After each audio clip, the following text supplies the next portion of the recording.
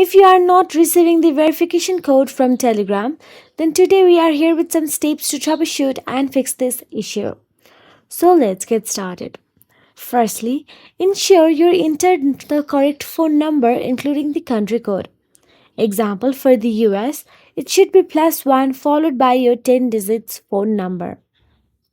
Then, also make sure your phone has a strong cellular signal or a stable internet connection if you are experiencing the code via Telegram itself.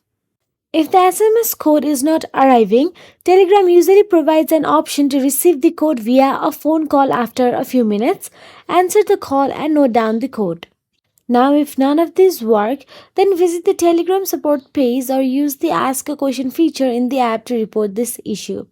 Provide them with a phone number and explain the situation, and they will reach back to you as soon as possible.